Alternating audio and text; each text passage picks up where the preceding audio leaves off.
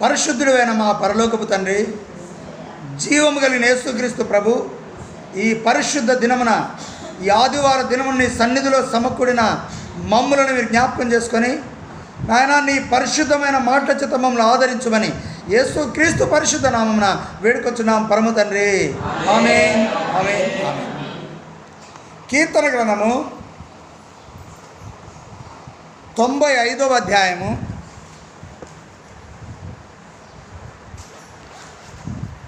కీర్తన గ్రంథము 95వ అధ్యాయము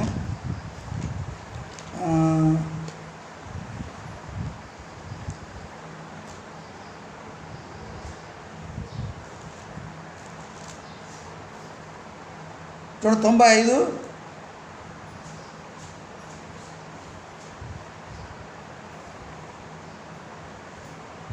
ఆలోచన అండి. ఆమేన్, ఆమేన్. ఆయన మన దేవుడు, ఆయన మన దేవుడు, మనము ఆయన పాలించు ప్రజలము. ఆయన మన దేవుడు, మనము ఆయన పాలించు ప్రజలము. ఆయన మేపు గొర్రెలము, ఆయన మేపు గొర్రెలము.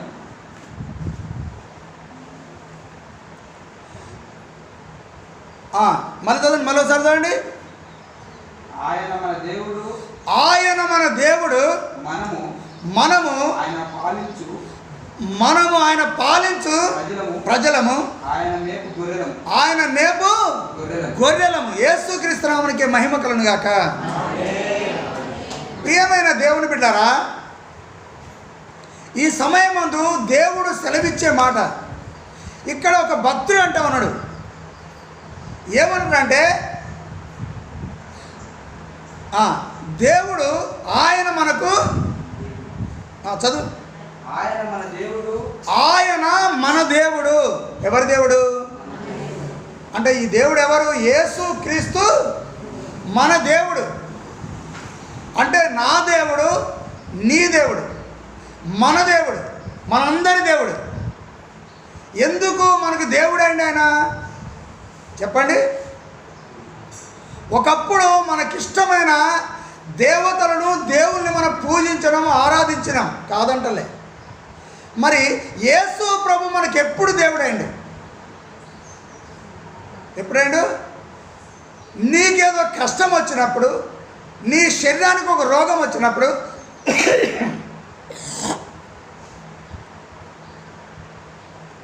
నీ కుటుంబంలో కొన్ని సమస్యలు వచ్చినప్పుడు, ఎన్నో పరిస్థితులు సంభవించినప్పుడు, నువ్వెక్కడికి తిరిగినా, ఏ స్థలానికి వెళ్ళినా, మరి ఎన్నో మొక్కులు మొక్కినా నీ జీవితంలో నీకు విడుదల దొరకలేదు. అప్పుడు ఎవరో వచ్చి నీకు సాక్ష్యం ఇచ్చారు, అమ్మా యేసుక్రీస్తు ప్రభు గొప్ప దేవుడు, ఆయన మనం పుట్టించిన దేవుడు, మన కోసమే ఈ లోకానికి వచ్చి ఆయన మనకు దేవుని రాజ్యం గురించి బోధించిండమ్మా. యేసు ప్రభు నమ్ముకుంటే దేవుడు నన్ను బ్రతికించండు, నిన్ను కూడా బ్రతికిస్తాడు. మరి పలాని చర్చికి, మరి క్రీస్తు శిలువ సావాసం చర్చి ఉన్నది, మరి అక్కడ దేవుని సేవకులు ఉన్నారు. మరి ప్రార్థన చేస్తే దేవుడు నన్ను బ్రతికించండు, నిన్ను కూడా బ్రతికిస్తాడంటే అప్పుడు మనం ఏం చేసినాము? దేవుని ఆలయానికి వెళ్ళి దేవుని సేవకులతో ప్రార్థన చేయించుకున్నప్పుడు యేసయ్య మనల్ని స్వస్థపరచండు. స్వస్థపరచడా లేదా? ఇప్పుడు స్వస్థపరచండి కనుక ఇప్పుడు మనకు ఆయన ఏమైంది? మరి దేవుడు అండి. ఇప్పుడు మన దేవుడు ఆయన. ఇప్పుడు ఆ దేవుడిని మనం ఆరాధిస్తాము. మరి ఇంతకుముందు మన దేవుడు కాదంటే దేవుడు అయినా కూడా మనం నమ్మలేదు. ఆయన దేవుడే, యుగ యుగముల దేవుడే ఆయన. చూడండి, ఆ వాక్యం అట్లా ఉంచుకోండి. నిర్గమకాండము 20వ అధ్యాయము 1వ వచనం చదవండి. నిర్గమ 20వ అధ్యాయము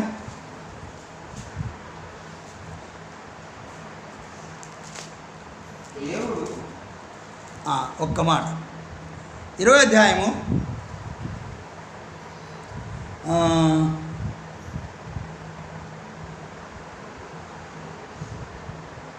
2వ వచనం, 3వ వచనం. నేను తప్ప వేరొక దేవుడు నీకు ఉండకూడదు. పైన ఆకాశం అందే కానీ, క్రింద భూమి అందే కానీ, భూమి క్రింద నీళ్ళ అందే కానీ యుండు దేని రూపమునైనను విగ్రహమునైనను నువ్వు చేసుకొనకూడదు, వాటికి సాగిలపడకూడదు, పూజింపకూడదు. ఏలైనగా నీ దేవుడైన యెహోవానగు నేను రోషము గల దేవుడను కాను. కనుక నేను రోషము గల దేవుడను. అందుకే కిందికి వచ్చిన తర్వాత ఒక మాట అంటాడు, నేను తప్ప వేరొక దేవుడు నీకు ఉండకూడదు. కనుక యేసు క్రీస్తు ప్రభు అనగా ఆయన యెహోవా సృష్టికర్త అయిన దేవుడు ఈ లోకానికి మానవుడికి వచ్చిండు. అందుకే మన జీవితంలో ఆయన బాగు చేసిండు. అందుకే నేను నీ దేవుడైన యెహోవాను అన్నాడు. నేను మీ దేవుడైన యెహోవాను. ఈనాడు దేవుడు చెప్తున్న మాట అంటే నేను నీ దేవుడినైన యేసు క్రీస్తును. ఇప్పుడు ఆయన్ని మనం నమ్ముకున్నాం కనుక ఇప్పుడు ఎవరు మన దేవుడు? యేసయ్యే మన దేవుడు, మన దేవుడు. అందుకే మన రోగమును బాగు చేసిండు, మన పాపమును తొలగించండు, మన యొక్క చెడుల వాటి నుంచి విడిపించడు, మన కష్టకాలం నుంచి రక్షించడు, మన బాధల నుంచి మనం రక్షించడు. కాబట్టి ఇప్పుడు యేసయ్య మన దేవుడు. ఎవరి దేవుడు? యేసయ్య మన దేవుడు. ఆయన మన దేవుడు. అందుకే ఇప్పుడు మనం ఏం చేయకూడదు? పైన ఆకాశం అందే కానీ, క్రింద భూమి అందే కానీ, భూమి క్రింద నీళ్ళ అందే కానీ దేని రూపము ఉండు, దేని రూపం కూడా మనం చేసుకోవద్దు. రూపాలు చేసుకోవద్దు, వాటికి సాగిలపడద్దు, వాటిని పూజింపకూడదు. అన్నీ మానేసారా లేదా? అన్నయ్యలు మానేసారా లేదా? ఎందుకంటే నేనే యెహోవాను, నీ దేవుడైన యెహోవా నేనే అని చెప్పిండు. కానీ చాలామంది ప్రజలు ఆనాడు విశ్వసించలేదు. ఆయన దేవుడు అని తెలియక వారు నానా విధములైన ఆచారాలు కలిగి ఉన్నారు. అయితే అవే ఆచారాలు కలిగి ఈనాటి వరకు వచ్చినాం. కానీ ఈనాడు నిజమైన దేవుడు ఎవరో మనం తెలుసుకున్నాం కనుక, దేవుడు ఎవరో తెలుసుకున్నాం కనుక, యేసు క్రీస్తు నిజమైన దేవుడని మనం తెలుసుకున్నాం కనుక, ఆయన యందు మనం విశ్వాసం ఉంచి ఆయన మార్గంలో నడుస్తున్నాం కనుక ఇప్పుడు మనందరం కూడా ఆయన మన దేవుడు. యేసయ్య ఎవరి దేవుడు? ఆయన మన దేవుడు. ఇక్కడ భక్తుడు అంటాడు, చదవండి ఇప్పుడు కీర్తన గ్రంథం 95. ఆయన మన దేవుడు, ఆయన పాలించే ప్రజలము. ఇప్పుడు ఎవరు పాలిస్తారు మనని? యేసయ్య పాలిస్తాడా లేదా? చెప్పాలా మీరు? యేసయ్య పాలిస్తాడా లేదా? అంటే ఇప్పుడు చూడండి, ఈ యొక్క రాజ్యంలో ఈ యొక్క రాష్ట్రముని, ఈ తెలంగాణ రాష్ట్రాన్ని ఎవరు పాలిస్తూ ఉన్నారు? ఈ తెలంగాణ రాష్ట్రాన్ని రేవంత్ రెడ్డి ముఖ్యమంత్రిని చేశారు. ముఖ్యమంత్రిగా నిన్ను పాలిస్తూ ఉన్నాడు. ఇప్పుడు ముఖ్యమంత్రి ఏది చెప్పితే అది నడుస్తుంది. ప్రజలందరికీ ఏమి ఇస్తానని చెప్తాడో ఆయన ఇస్తా అంటే ఆయన ఇస్తే ప్రజలు తీసుకుంటారు. ఈ గంగారానికి ఇదిగో 4 4-వే రోడ్డు వేస్తాన్న గంగారంకి ఇల్లందు నుండి అని ఈ డబ్బులు శాంక్షన్ చేసిన అనుకో ఏమైపోద్ది? 4-వే రోడ్డు అయిపోద్ది. ఎవరికైతే ఇల్లు గుడిసెలు ఉన్నాయో, పెంకుటిల్లు ఉన్నాయో వాళ్ళందరికీ నేను ఇల్లు ఇస్తానా, ఒక్కొక్క ఇంటికి 10 లక్షలు ఖర్చు చేసే ఇల్లు ఇస్తానా అని డబ్బులు శాంక్షన్ చేసినందుకు ముఖ్యమంత్రి ఎవరు? ఆయన పరిపాలిస్తాడు. అప్పుడు గంగారంలో ఉన్న పెంకుటిళ్ళని కూడా డాబాలు అయిపోతాయి. అయితే కావాలి, ఆ మనస్సు ఆయనకు ఉన్నదో లేదో మనకు తెలియదు. కానీ అంటే ఆయన పరిపాలకుడు, పరిపాలిస్తాడు, ఆయనకు అధికారం ఉంటుంది. ఈ యొక్క రాష్ట్ర పరిపాలకుడు. అట్టనే దేవుని మనము యేసయ్య నమ్మిన మనందరినీ కూడా యేసయ్య పరిపాలిస్తాడు. ఈ రాజ్యం వేరు, ఈ రాష్ట్రం వేరు, మన రాష్ట్రం వేరు, మన రాజ్యం వేరు, ఆ రాజ్యం వేరు. ఈ రాజ్యాన్ని, ఈ యొక్క దేశాన్ని పరిపాలించేది నరేంద్ర మోడీ. ఈ రాజ్యం వేరు, ఈ దేశం వేరు. ఈ ప్రపంచాన్ని ఏలేది ఐక్యరాజ్య సమితి ఉన్నది. ఐక్యరాజ్య సమితి, అందులో ఒక పెద్ద ఆయన ఉంటాడు. ఒక దేశానికి మరి దేశాల యొక్క బాధ్యతను అప్పగిస్తారు. ఈ దేశాల గురించి మాట్లాడాలంటే ఆ యొక్క మరి ప్రెసిడెంట్ దగ్గర పోయి వీళ్ళందరూ దేశాధినేతలు మాట్లాడాలి. ఒక రాజ్యంలో ఏది జరగాలన్నా కూడా అక్కడ పోయి వాళ్ళు సంభాషణ చేయాలి. దీనికి ఒక పెద్ద ఒక విధానం రాజ్యాంగ ప్రకారంగా ఇది నియమింపబడ్డది. కనుక ప్రియమైన దేవుని బిడ్డలారా, అందుకే ఈ దేశాధినేత ఏది చెప్తాడో, మొన్నేదో నరేంద్ర మోడీ ఏదో ఉచితంగా రూపాయికే ఇల్లా ఏదో అన్నాడు. ₹1 ఇల్లాడు. ₹1 ఇల్లు ఏదో అన్నాడు, గుర్తులేదు నాకు. ₹1కేనాడు. మరి దేశమంతా చేస్తాడో, ఆయన గెలిచిన చోట చేస్తాడో మనకు తెలియదు. వాళ్ళ పార్టీ గెలిచిన చోట చేస్తాడో లేదా దేశమంతా చేస్తాడో తెలియదు. ₹1కి ఇల్లు ఇస్తాడు. మరి ఇదంతా చేస్తే పర్వాలేదు. ఎందుకు? మరి అన్ని రాష్ట్రాల్లో బీజేపీ రావాలా, అప్పుడు వస్తే ఇక క్రైస్తవుల్ని ముస్లింలు ఏం చేయాలా అని ఆయన ఆలోచన. అందుకే ₹1 ఇల్లు ఇస్తాడు ఆయన. వాళ్ళ పార్టీ ఉండాలి, ఎవ్వరు ఉంటుంది వీళ్ళు. మరి ఇల్లు ఇచ్చినప్పుడు ఏం చెప్తావు? మోడీకి ఎత్తావా ఏవా? బీజేపీకి ఎత్తలేదు. వేయొద్దు. ఏసుడు నమ్ముకున్న వాళ్ళు వేయొద్దు. వేసినాం అంటే నీ తల మీద నువ్వే ఇల్లు కాదు, నీ తల మీద నువ్వే నుప్పులు పోసుకుంటున్నావు. ఇది చాలా దూరం వెళ్ళిపోద్ది ప్రపంచం. ఈ వీడియో యూట్యూబ్లో పెడతా. ఇది చాలా దూరం వెళ్ళిపోద్ది. ఇప్పుడు చేసే వీడియో చాలా దూరం వెళ్ళిపోద్ది. నిప్పులే అన్నమాట. నువ్వు బీజేపీని గెలిపిస్తే ఇక బీజేపీ ఆర్ఎస్ఎస్ వాళ్ళ ఆధ్వర్యంలో ఉంటుంది. ఇక ఇప్పుడే క్రైస్తవులను చంపుతూ ఉన్నారు, క్రైస్తవులను హింసిస్తూ ఉన్నారు, చర్చిలు పడగొడతా ఉన్నారు. ఇక నీకు ₹1కే ఇల్లు ఇచ్చిండని నువ్వు వేటైతే నీ నెత్తి మీద నువ్వే కూలి చచ్చిపోవాలి. ఆ ఇల్లు వీటిలో పడి ఆ ఇల్లు నిలిచి ఉండడం కాదు, అదే కూలుతుంది ఇక నీ మీద. అంటే కూలటం అంటే ఏంటిది? ఇక మన నాశనం మనమే కోరుకుంటున్నాం అన్నమాట. అందుకే వాళ్ళు ఇల్లు ఇచ్చిన ఆయన సొమ్ము, అది ఆయన ఆస్తి, ఆయన సంపాదించిండా, వ్యాపారం చేసిండా? ఏమీ లేదు. ఎవరి సొమ్ము అది? ప్రజల సొమ్ము. ప్రజలకు ఇస్తాడు. ₹1కైనా కట్టేయాలి, అసలు ₹1 తీసుకోవడం కట్టేయాలి. ఆయన బాధ్యత ఈ దేశంలో, బాధ్యత.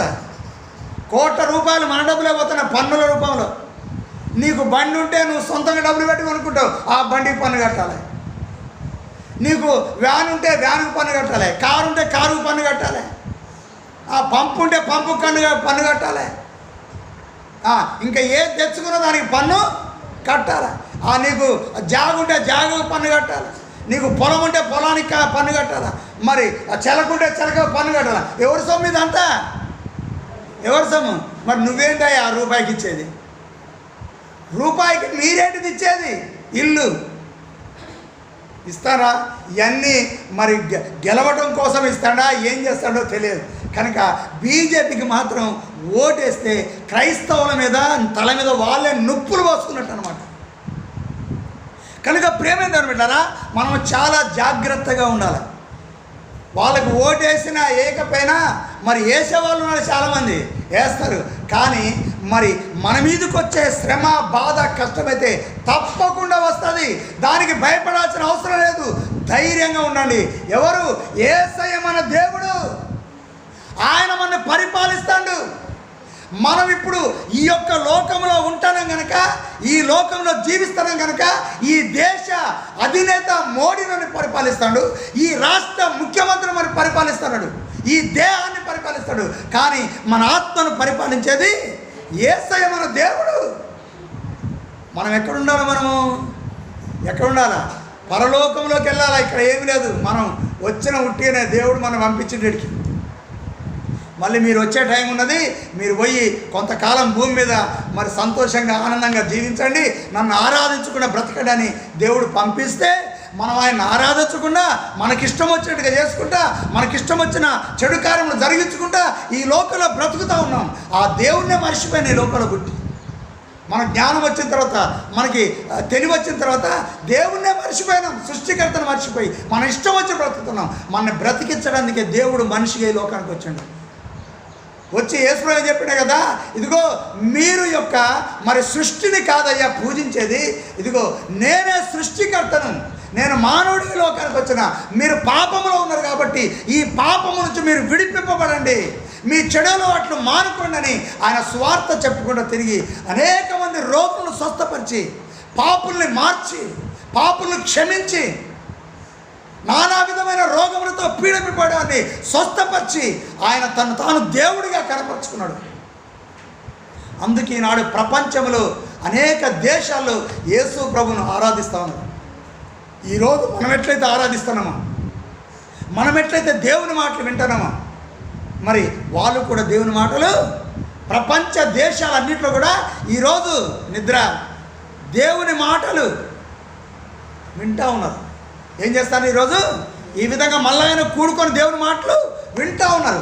ఆయన మన దేవుడు, దేవుని పరిపాలన, ఆయన మనల్ని పరిపాలిస్తాడు. ఆయన ఎక్కడున్నాడు? మన హృదయంలోనే ఉన్నాడు. చూడండి, మొదటి కొరింథీ పత్రిక 3వ అధ్యాయము 16వ వచనం చదవండి. మొదటి కొరింథీ పత్రిక 3:16.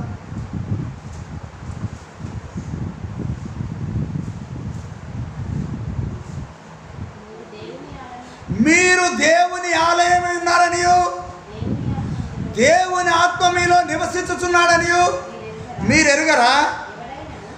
ఎవడైనను దేవుని ఆలయమును పాడు చేసిన యెడల దేవుడు వాడిని పాడు చేయను. దేవుని ఆలయము పరిశుద్ధమైనది. ఆ ఆలయము మీరు ఆలయమైనారు. యేసుక్రీస్తుకే మహిమ కలుగును గాక. ప్రియమైన దేవుని బిడ్డలారా, మీరు దేవుని ఆలయమై ఉన్నారని, దేవుని ఆత్మ మీలో నివసించుచున్నాడని మీరు ఎరుగరా? ఇప్పుడు యేసయ్య ఎక్కడ నివసిస్తాడు? యేసయ్య ఎక్కడ నివసిస్తాడు? మన హృదయంలో, మనలో నివసిస్తాడు యేసయ్య. మరి ఇప్పుడు మనలో నివసిస్తాడు కాబట్టి ఇప్పుడు ఆయన మనని పరిపాలిస్తూ ఉన్నాడు. రేవంత్ రెడ్డి పరిపాలించేది ఈ దేహాన్ని, ఈ యొక్క ఆ రాష్ట్రాన్ని పరిపాలిస్తున్నాడు. రాష్ట్ర ప్రజల కోసం ఆయన ఉన్నాడు. 5 సంవత్సరాలు అయితే మళ్ళీ ఇంకొక ఆయన గెలిచిండనుకో, ఈయన పోతాడు, ఇంకొక ఆయన వస్తాడు, ఆయన పరిపాలిస్తాడు. కానీ మన నిత్యము పరిపాలించేది ఎవరు? అక్కయ్య నిద్ర రాగట్లేదా? కళ్ళు కొడుకరాబు. కనుక ఇవన్నీ మాటలు నిలబడతాయి. మాట్లాడకపోతేనే మేము నిద్రపోతూ ఉంటుంది. వాక్యం వెళ్ళలేదు, ఇదో బాధ.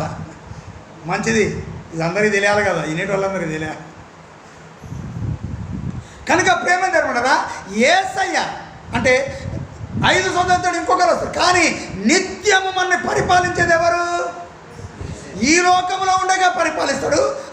ఈ లోకాన్ని విడిచిపెట్టి మనం పరలోకానికి వెళ్తే అక్కడ మనల్ని పరిపాలిస్తాడు. ఈయన నిత్యమైన దేవుడు. అందుకంటాడు, ఏమంటాడు అక్కడ? మీరు దేవుని ఆలయమై ఉన్నారు, దేవుని ఆత్మ మీలో నివసించుతున్నాడని మీరు ఎరగరా? మీకు తెలియదా? అందుకే ఆయన ఏం చెప్తాడో మనం అది చేయాలి. ఏం చెప్తాడో అది చేయాలి. ఆయన ఏమి మాట్లాడమంటాడో అదే మాట్లాడాలి. ఆయన ఏమి ఆయన ఏదైతే మరి నడుచుకోమంటాడో, ఏ విధంగా నడుచుకుంటాడో ఆ విధంగా నడుచుకోవాలి. ఏ విధంగా చూడమంటాడో ఆ విధంగా చూడాలి. ఏది వినమంటాడో అది వినాలి. నాకు ఇష్టం వచ్చిన చెడ్డవాటిని వింటా, నాకు ఇష్టం వచ్చిన చెడ్డవాటిని చూస్తా, నాకు ఇష్టం వచ్చిన నా యొక్క శరీరంతో చేస్తా, నా ఇష్ట ప్రకారంగా నేను బ్రతుకుతా, నా ఇష్ట ప్రకారంగా జీవిస్తా అంటే కుదరదు. కుదురుతుందా? కుదరదు. కనుక ప్రేమ దేవుడు ఉన్నారా, ప్రతిదానికి చట్టం ఉన్నది. ఏరే ఇంటి దగ్గర పోయి ఈ జాగా నాది, నా ఈ ఇల్లు నాదంటే కుదురుతుందా? చట్టం ఒప్పుకుంటుందా? ఒప్పుకోదు. నీ ఇల్లు నీదనాలా, నీ జాగా నీదనాలా. ఏరే వాళ్ళ ఇంటి దగ్గర పోయి నాది అంటే కుదరదు. కనుక అట్లనే దేవుడు చెప్పినట్టు మనం చేయాలి. ఇప్పుడు ఇది తెలంగాణ రాష్ట్రం, మరి ఆంధ్ర రాష్ట్రం ఉన్నది, ఏపీ ఉన్నది. మరి ఆ ముఖ్యమంత్రి ఈ ప్రజలకు ఇట్లా చేస్తాడు కుదురుతుందా? కుదరదు. ఏ రాష్ట్రాన్ని ముఖ్యమంత్రి ఆ ప్రజలకే చెయ్యాలి. ఈ ప్రజల గురించి, హక్కులు అధికారుల గురించి మాట్లాడద్దు. చెప్పినాడు, నేను రేవంత్ రెడ్డి చెప్పినట్టు కాదు, నేను చెప్పినట్టు వినాలి అని చంద్రబాబు నాయుడు అన్నాడు. కుదరదట, కుదురుతుందట, కుదరదు. ఏ రాష్ట్ర మన ముఖ్యమంత్రి ఆ రాష్ట్రానికే. అట్టనే మన దేవుడు మరి యేసయ్య మాట వినాలి, కానీ మరి అపవాది మాట ఎట్లంటాం మనం? ఇంకొక ఆయన ఉన్నాడు పరిపాలకుడు, మనని పరిపాలించడు. ఆయన ఎవరు? సైతాన్. అపవాది మనని పరిపాలించడం నువ్వు చూస్తామంటాడు. ఇప్పటిదాకా అధికారంలోనే, అపవాది యొక్క అధికారంలోనే ఉండి మనం వచ్చినాం. ఎక్కడికి వచ్చినాం? ఎవరి అధికారంలోకి వచ్చినాము? యేసయ్య పరిపాలనలోకి వచ్చినాం. కనుక ఇప్పుడు అపవాది మనని పరిపాలిస్తానంటే మనం ఒప్పుకోవద్దు. అపవాది చెప్పింది వినొద్దు, అపవాది చెప్పింది చేయొద్దు. అపవాది చెప్పింది చేసే ఆనాడు ఆదామవ్వలు చెడిపోయి దేవుని నుంచి దూరం అయిపోయారు, దేవుని యొక్క రాజ్యానికి దూరం అయిపోయారు, దేవుడు కలిగించిన తోటకు దూరం అయిపోయారు, ఏదైనా తోటకు. మరి యేసయ్యకు దూరం అయిపోయారు. ఎవరు మాటలిని? సర్పం మాటలిని. సర్పంలో ఎవరు ప్రవేశించరు? అపవాది ప్రవేశించడు, సైతాన్. ఆ సర్ప మాటలు విని ఏమైపోయాడు? చెడిపోయారు వాళ్ళు. దేవుని ఆజ్ఞను అతిక్రమించారు. మరి ఇప్పుడు ఎవరి పరిపాలన ఉన్నా మనం? ఎవరు పరిపాలిస్తాడు? యేసయ్య పరిపాలిస్తాడు. మరి ఎవరి మాట వినొద్దు మనము? సైతాను మాట వినొద్దు. ఎవరి మాట వినొద్దు? అపవాది మాట మనము వినొద్దు. అపవాది క్రియల్లో మనం పాలు పొందొద్దు. అపవాది యొక్క జీవితాన్ని మనం కలిగి ఉండొద్దు. అపవాది మరి మొదటి నుంచి కూడా నరహంతకుడు, అబద్ధికుడు, దొంగ, అనేక చెడు కార్యములకు మరి ఆ యొక్క మరి కేర్ ఆఫ్ అడ్రస్ అనమాట. అందుకే అపవాదికి మనం లోబడదు. అపవాది పరిపాలనలో ఉండదు. ఎవరి పరిపాలన ఉండాలా? ఒక్కయ్య నిద్ర ఒక అర్థం గంట వినండి. కనుక ప్రేమైంది అనుకుంటారా? దేవుడు మన పరిపాలిస్తాడు. అందుకే కంటాడు, చూడు కీర్తన 95, ఆయన మన దేవుడు, ప్రజలము ఆయన మేపు గొర్రెలము. ఎవరు మేపే గొర్రెలం? మనము మేపుతాడా లేదా? మేపుతాడా? ఏంటిది ఆయన మేపే మనం ఎవరు గొర్రెలం? మనం యేసయ్య గొర్రెలం. మన కోసం ఏం చేసిండు? తన సొంత గొర్రెల కోసం ఆయన ప్రాణము పెట్టిండు, ఆ రక్తాన్ని చిందించాడు. ఆయన మన కోసం చనిపోయాడు. ఆయన తిరిగి 3వ దినం లేచిండు. ఇప్పుడు సజీవుడు ఉన్నాడు. ఆయన మన పరిపాలిస్తాడు. ఇప్పుడు ఆయన మేపు గొర్రెలం మనము. ఆయన మన మేపుతాడు. మరి మేపుతాడు కనుక ఇప్పుడు ఆయన పెట్టింది మనం తిందామా, లేకపోతే పక్క నుంచి వచ్చింది అపవాది తెచ్చి పెడితే తిందామా? ఎవరు పెట్టింది తినాలా? ఆయన ఎక్కడికి తీసుకొని పోతే అక్కడికి పోవాలా. ఇదిగో ఇది మేమంటే ఇది మేయాలా. మంచి పచ్చిక గల చోట్లకి ఆ గొర్రెల కాపులు ఏం చేస్తారట? పచ్చిక గల తోట, మంచి ఎక్కడైతే పచ్చిక ఉంటుందో మంచిగా అక్కడికి గొర్రెలను తీసుకొని పోయి అక్కడ వదిలిపెడతాడు. ఇక అవి తృప్తిగా మేసిందాక ఆ కాపరి వాటిని చూసుకుంటూ ఉంటాడు అనమాట. ఎందుకు?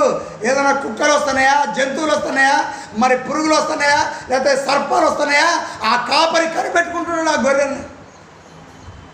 మరి యేసయ్య మరి గొర్రెలం మనం, ఆయన మేపు గొర్రెలం.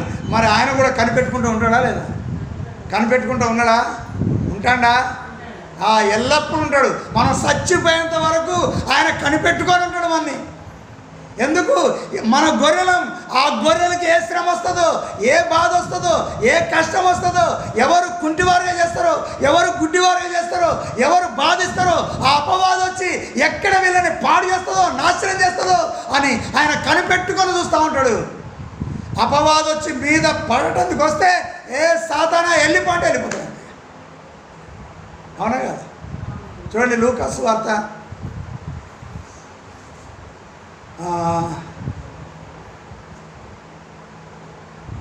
10వ అధ్యాయము. లూకా సువార్త 10,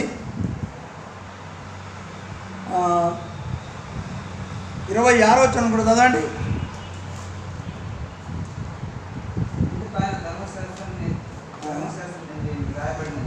ఆగాడు.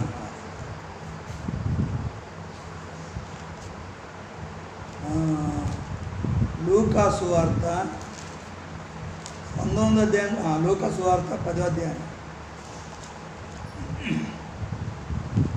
లూకా సువార్త 10వ అధ్యాయము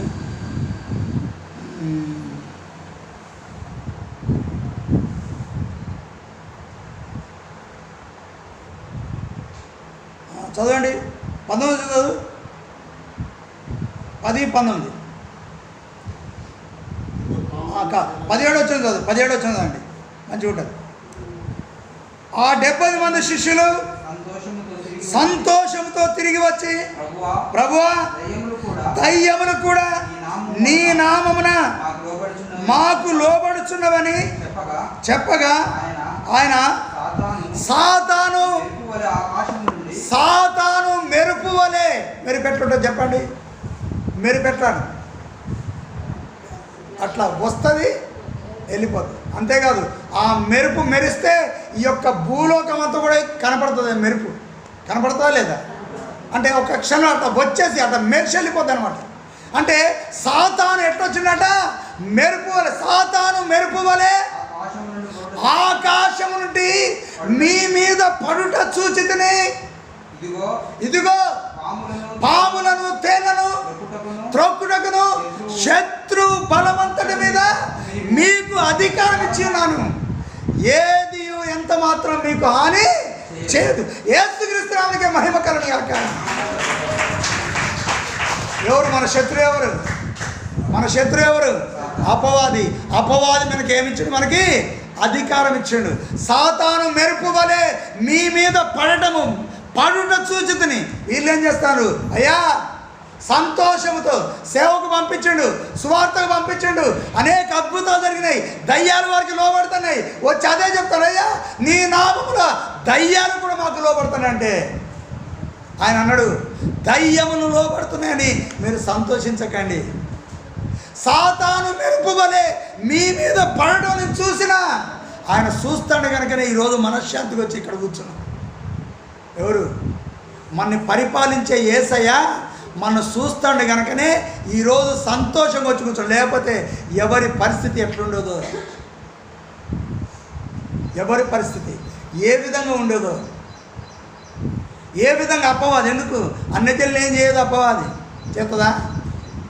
ఎట్లాగో ఆ అపవాది పరిపాలన కింద ఉన్న అన్యజనులు ముట్టుకోదు, అన్యజనులను ముట్టుకోదు, దేవుని ఎరగని వాళ్ళు ముట్టుకోదు, యేసు ప్రభు నమ్మని వాళ్ళని వచ్చి పట్టుకోదు, హింసించదు. కనుక వాళ్ళు తింటారు, త్రాగుతారు, సుఖిస్తారు, ఆనందిస్తారు. చెయ్యండి ఎగరండి అంటాడు అపవాది. ఏమంటాడు? పండగ వస్తుందిరా ఎగరండి, ఎగరండి అంటే ఎగురుతూనే ఉండాలి, ఎగురుతూనే ఉండాలి. ఎందుకు? అరవండి అంటే అరుస్తూనే ఉండాలి, తిట్టండి అంటే తిడుతూనే ఉండాలి, కొట్టండి అంటే కొడుతూనే ఉండాలి, సంపండి అంటే సంపుతూనే ఉండాలి, ఇంకా ఏం చేయమంటే చేస్తూ ఉండాలి. ఈ విధంగా అపవాది చెప్పేది. కనుక వాళ్ళ కష్టాలు ఇబ్బందులు అండి.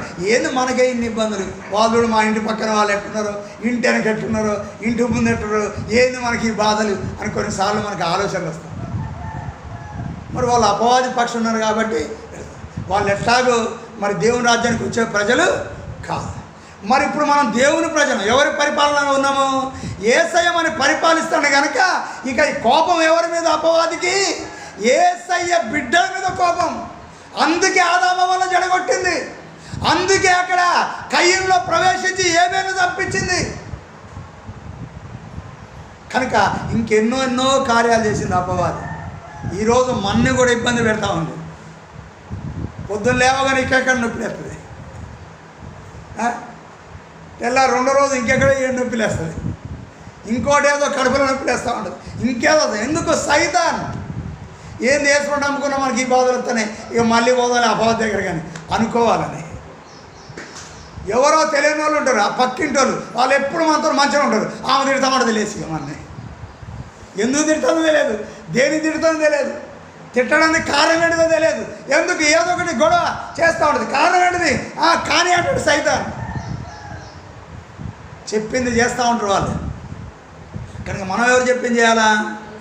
యేసయ్య చెప్పింది మనము చెయ్యాలి. ఎందుకు?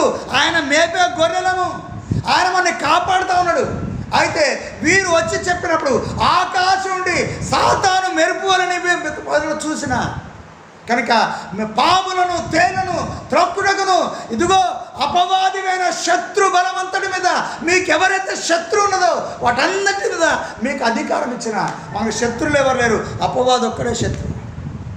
అపవాది ఒక్కరే శత్రువు. మనకు అధికారం ఇచ్చాడు, మనం భయపడద్దు.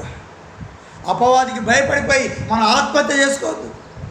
అపవాదికి పడిపోయి ఉరి పెట్టుకోవద్దు.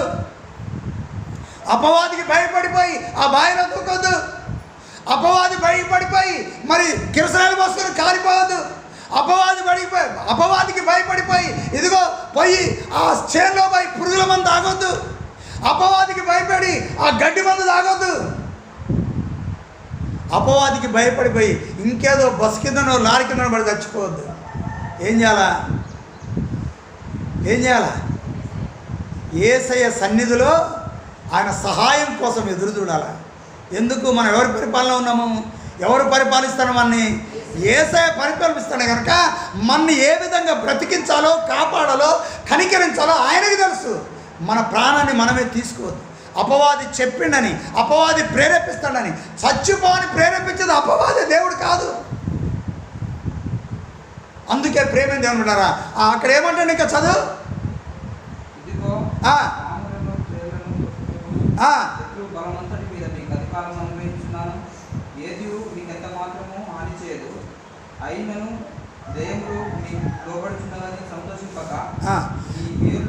దయ్యములు మీకు లోబడుతున్నాయని. ఎన్నో వచ్చినాం అది? 20 వచ్చినాము. దయ్యములు మీకు లోబడుతున్నాయని. ముఖ్యమైన మాట తినాలి మనం. దయ్యములు మీకు లోబడుతున్నాయని, రోగాలు బాగైతున్నాయని, కష్టాలు పోతున్నాయని, ఇబ్బందులు పోతున్నాయని, సమస్యలు పోతున్నాయని, శ్రమలు పోతున్నాయని, దేవుడు నన్ను వాడుకుంటాడని, నేను వాక్యం చెప్తే అనేక మంది సంతోషించారని. ఇదిగా దీనికోసంగా సంతోషపడేది. దయ్యములు మీకు లోబడుతున్నాయని. ఎందుకు? ఈ దయ్యాలే మనం హింసించేది.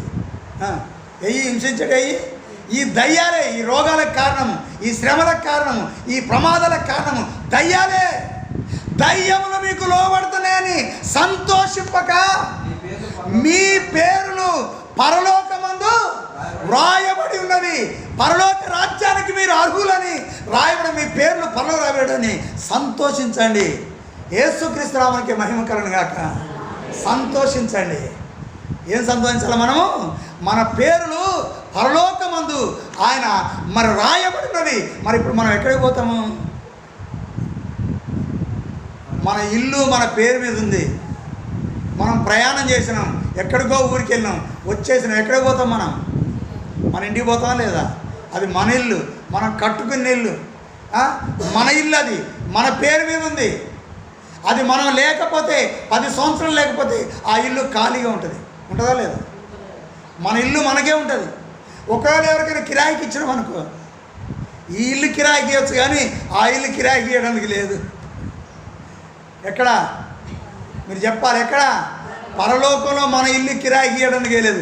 ఎవరి ఇల్లు వారికే. దేవుడు యేసయ్య సిద్ధపరచడానికి వెళ్ళిండు. ఆయనున్న స్థలంలో మనముండులాగిన మరలా వచ్చి తీసుకొని పోవడానికి ఆయన మన పాపానికి రక్షణ కలగేసిండు. ఆయన పరిపాలిస్తూ ఉన్నాడు. ఇప్పుడు ఆయన మన హృదయంలో నివసిస్తూ మన పరిపాలిస్తూ ఉన్నాడు. కనుక మనం పరలోకానికి వెళ్ళాలి. అందుకే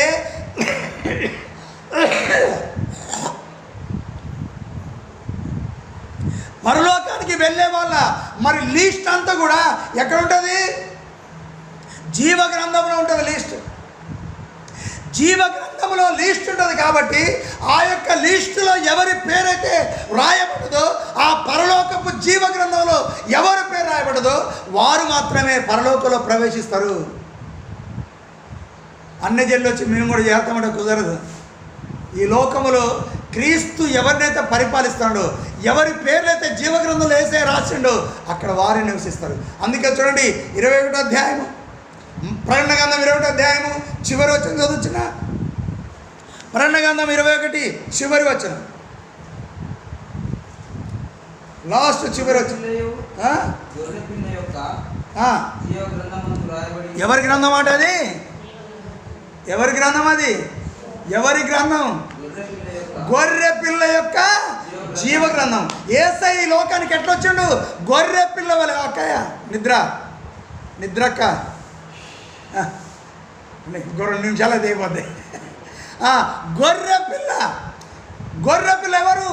యేసయ్య. మన గొర్రెపిల్ల ఎవరు? మన కొరకు వధింపబడిన యేసయ్య. మన కోసం రక్తం చిందించిన గొర్రెపిల్లని యేసయ్య. మన కోసం ప్రాణములు అర్పించిన గొర్రెపిల్ల యేసయ్య. ఆయన తిరిగి లేచిన గొర్రెపిల్ల యేసయ్య. మన కోసం వధింపబడిన గొర్రెపిల్ల యేసయ్య. ఆ గొర్రెపిల్ల యొక్క జీవ గ్రంథము, ఒక గ్రంథమును, దానికి ఒక గ్రంథం ఉంది. ఆయన నమ్ముకొని ఆయన సన్నిధిలో ఆయన పరిపాలిస్తూ ఉంటే, ఆయన మాట విని ఆయన మాట ప్రకారంగా జీవించిన వారి పేరులే ఆ గొర్రెపిల్ల జీవ గ్రంథంలో రాసి పెడతాడు. ఆ గొర్రెపిల్ల యొక్క జీవ గ్రంథమందు రాయబడిన వారే దానిలో ప్రవేశిస్తారు. ఎక్కడమ్మా మర్చిపోయారా? జీవ గ్రంథంలో గొర్రెపిల్ల యేసయ్య జీవ గ్రంథంలో రాయబడిన వారే ఎందులో ప్రవేశిస్తారు? ఎక్కడ? పరలోకంలో ప్రవేశిస్తారు. ఇంకా ఏరే వాళ్ళకి, పేరు లేని వాళ్ళకి పరలోకంలో లేదు. మరి ఊరోళ్ళందరికీ ఉందా? లేదు. వారు యేసయ్య పరిపాలనలో లేరు కాబట్టి వారు జీవ గ్రంథంలో పేరు ఉండదు. ఏ గ్రంథంలో పేరు ఉండదు? అపవాది గ్రంథంలో పేరు ఉండదు. రండి పిలుస్తూ ఉంటాడు అపవాది. రండి, మీరంతా మా వాళ్ళే, వచ్చేయండి, నేను ఎట్లాగో నరకాగ్నిలో కాదన్నా మీరు రండి అని పిలుస్తూ ఉంటాడు. అందుకే పిలుస్తాడు ప్రపంచంలో ప్రజలందరినీ. ఇగో నీకు రాజ్యాలు ఇస్తా, నీకు బంగారం ఇస్తా, నీకు ఎండి ఇస్తా, నీకు డబ్బులు ఇస్తా, ఇక నీకు ఏది కావాలంటే, నీ చూపుకు ఏమి కావాలంటే ఆ యొక్క మరి దేశంలో అన్నీ తీసుకొచ్చి నీ కళ్ళ ముందే పెడతా. టీవీ ద్వారా, దేని ద్వారా? టీవీ ద్వారా నీ కళ్ళ ముందే పెడతా. ఇక మంచిగా చూసుకో అన్నీ. ఇక ఏం కావాలంటే నీ కళ్ళ ముందే. నువ్వు ఎక్కడికో సినిమా హాల్లో పోనవసరం లేదు, ఎవరింటికో పోనవసరం లేదు. మంచిగా టీవీ వచ్చింది. ఆ టీవీలో ఇక అన్నీ కనపడతా ఉంటాయి మనకి. నువ్వు ఎన్నైనా చూడు. ప్రార్థనకు పో, ఆదివారం చర్చికి పో, కానీ ఇక టీవీ ముందుకు వచ్చా నీ ఇష్టం వచ్చినట్టు చూడు. ఏది చూసినా బాధ లేదు. అవునా కాదా? మరి వీళ్ళ పేర్లు జీవగ్రంథాలు ఉంటాయా? నువ్వు యేసు ప్రభువుని నమ్ముకున్నా, నేను యేసు ప్రభు బిడ్డనని చెప్పుకున్నా, ఆయన చెప్పిన మాట, ఆయన పరిపాలన కింద నువ్వు ఉండకపోతే నీవు మరి ఆ జీవ గ్రంథంలో నీ పేరు రాయబడదు. రాయబడకపోతే నువ్వు ఆయన రాజ్యంలో ప్రవేశించలేవు, పరలోకానికి చేరలేవు. అందుకే దేవుడు సెలవిస్తూ ఉన్నాడు, ఆయన జీవ గ్రంథంలో నీ పేరు రాయబడాలా. ఈరోజు ఉన్నదా లేదా? ఒక్కసారి ఆలోచించుకొని మిమ్మల్ని మీరు పరీక్షించుకోండి. ప్రార్థన చేద్దాం, మోకరించండి. పరలోక రాజ్యములో ప్రవేశించవలసిన వారు, పరలోక రాజ్యములో చేరవలసిన వారు, ఆయన ఆత్మ మనలో నివసిస్తూ ఇదిగో ఆయన మనల్ని మేపుతా ఉన్నాడు. మంచి క్రియలతో, మంచి హృదయంతో, మంచి మాటలు చెప్పి, ఇదిగో మంచి ఉపమానాలు చెప్పి, మంచి పద్ధతులు చెప్పి, మంచి కట్టడలు చెప్పి, మంచి విధానాలు చెప్పి, ఇదిగో మీరు పరిశుద్ధులుగా జీవించడని మనకు ఎన్నో విషయాలు బోధిస్తూ ఉన్నాడు. ఆ పరలోక రాజ్యంలోకి నిన్ను చేర్చాలని. ఆ విధంగా నీ జీవితాన్ని స్థిరపరచుకుంటే నువ్వు ధన్యుడవు, ధన్యురాలవు. ప్రార్థన చేద్దాం. పరిశుద్ధుడమైన మా పరలోకపు తండ్రి యేసుక్రీస్తు ప్రభువా, నీ పవిత్రమైన పాదములకు వందనాలు. ఈ సమయం ముందు నీ మాటలను నీ బిడ్డలు నాయన నీ పరిశుద్ధమైన మాటలందు స్థిరపడి నిన్ను ఘనపరచండి, గొప్ప భాగ్యం తెచ్చండి నాయన. మా యొక్క పౌరసత్వం పరలోకం ఉంది కదా నీ లోకములు అపవాది చెప్పిన మాటకు లోబడక నాయన నీ మాటలకు లోబడి నీ రాజ్యములో ప్రవేశించడం నీ గొప్ప భాగ్యం తెచ్చేయమని యేసుక్రీస్తు పరిశుద్ధ నామమున వేడుకొచ్చున్నాం పరమ తండ్రి. ఆమేన్.